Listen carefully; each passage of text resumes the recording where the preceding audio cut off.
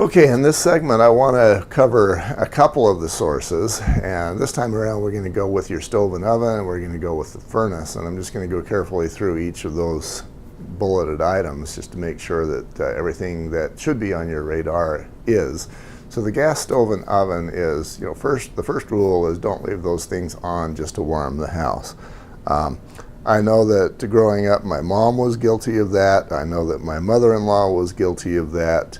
But in that sort of a scenario, those things left on for a longer period of time, if they do have a carbon monoxide leak, much more likely of health effects associated with long-term use of the gas stove and oven.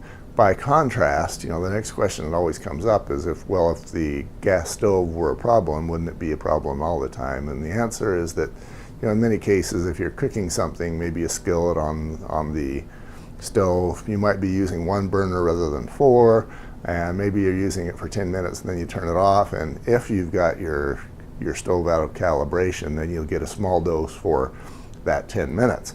By contrast, if you leave it on for a longer period of time, an hour or whatever, then you have a different set of conditions. Be aware that if your stove is 5% out of calibration, you can actually have a 200 part per million flow into the house. And to give you a flavor, 200 parts per million is a big number. If you've got any sort of a reading inside the house, it's an indication of a problem.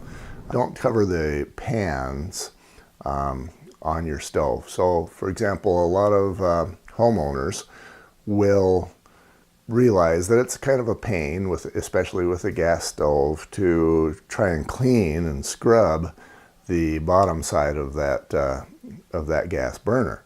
It gets tough, so they'll add aluminum foil. Well, what that does is it changes the airflows in and around that gas burner, and it can cause incomplete combustion, which in turn causes carbon monoxide. So that's a don't. And we've all seen that done 1,000 times, but that's a don't. You don't want to do that. Don't leave the oven open. Again, this is kind of in the same category as don't heat the home with the range, but not good. Service the burners when the flames are not a solid, non-dancing blue. If we've got a solid blue that doesn't dance, we are good. If there's yellow, if there's dancing, maybe there's a little bit of orange, burner that is out of calibration, it needs to be changed. Because again, if it's out of calibration, that's a carbon monoxide source. And have a carbon monoxide meter nearby, a CO meter.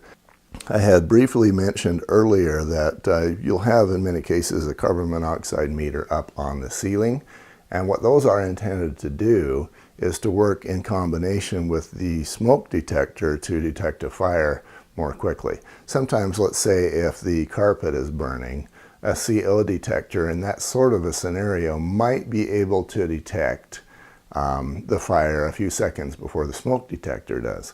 But if you've got a slow, long burn source of carbon monoxide, say maybe the fireplace is having a problem, or your stove and oven or whatever, you don't have a raging fire in places where it shouldn't be, and so that carbon monoxide is going to build up slowly from the floor. And again, by the time that gets up to your 8-foot ceiling, or if you've got a vaulted ceiling and it's 12 feet up there, once it reaches that height, you might have a big problem down near the floor. Especially maybe if somebody is already laying down because they're feeling sick, they're laying right into that pool of poison. Have a carbon monoxide meter nearby and have it low near the floor.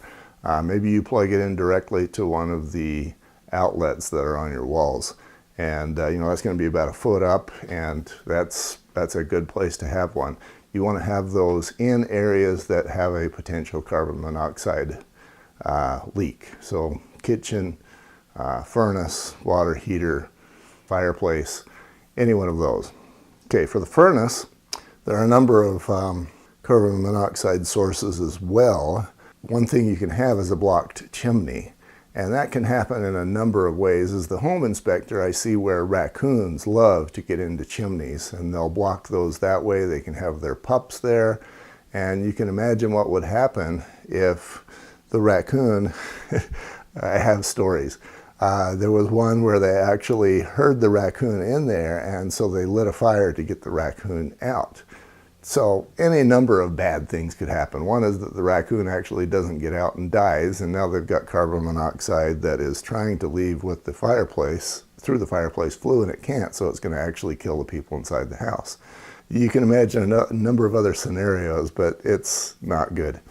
So you got the blocked chimney. I've actually seen where wasps will get into the chimney and make this huge wasp nest that turns maybe a 12 by 12 flue into maybe a 3-inch diameter gap. And so again, you've got carbon monoxide that is not leaving through the flue, so it's going back out into the house.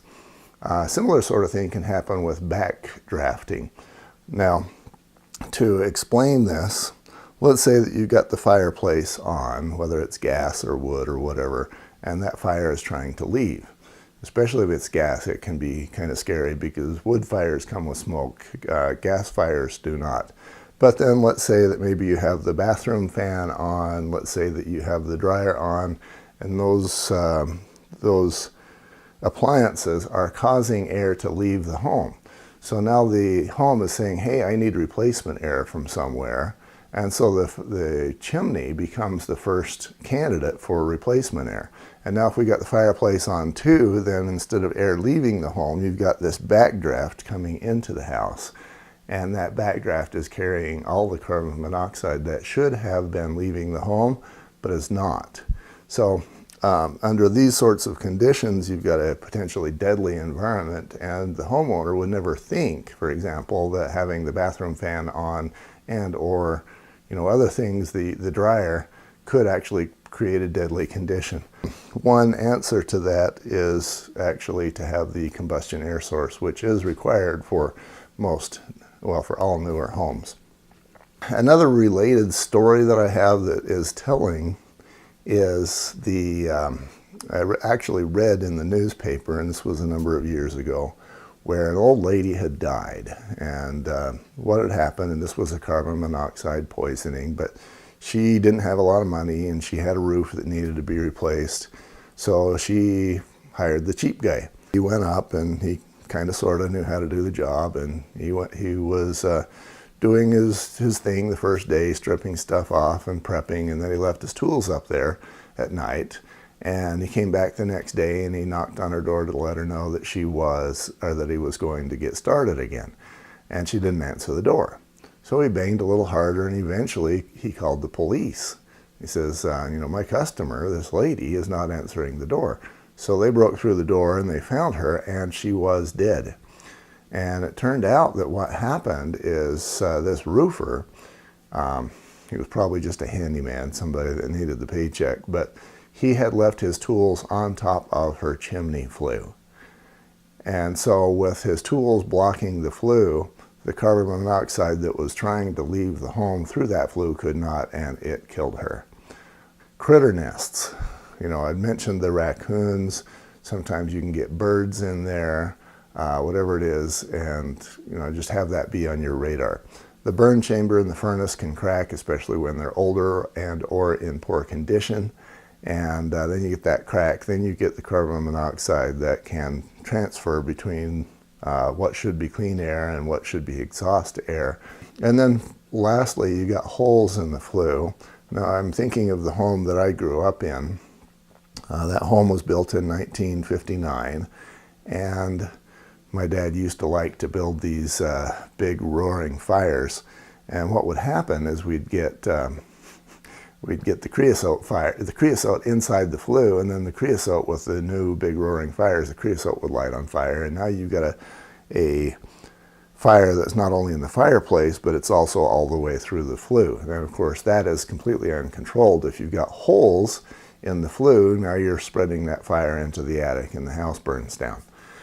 Similarly, if you have just one step less than that, let's say that we don't have the creosote, maybe we don't have the creosote fire, but we do have the holes in the flues, you can actually have especially if the flue is blocked in any particular way on top, you can have the carbon monoxide leave through those holes, and then you've got the carbon monoxide back in the house, and you've got the potentially deadly conditions.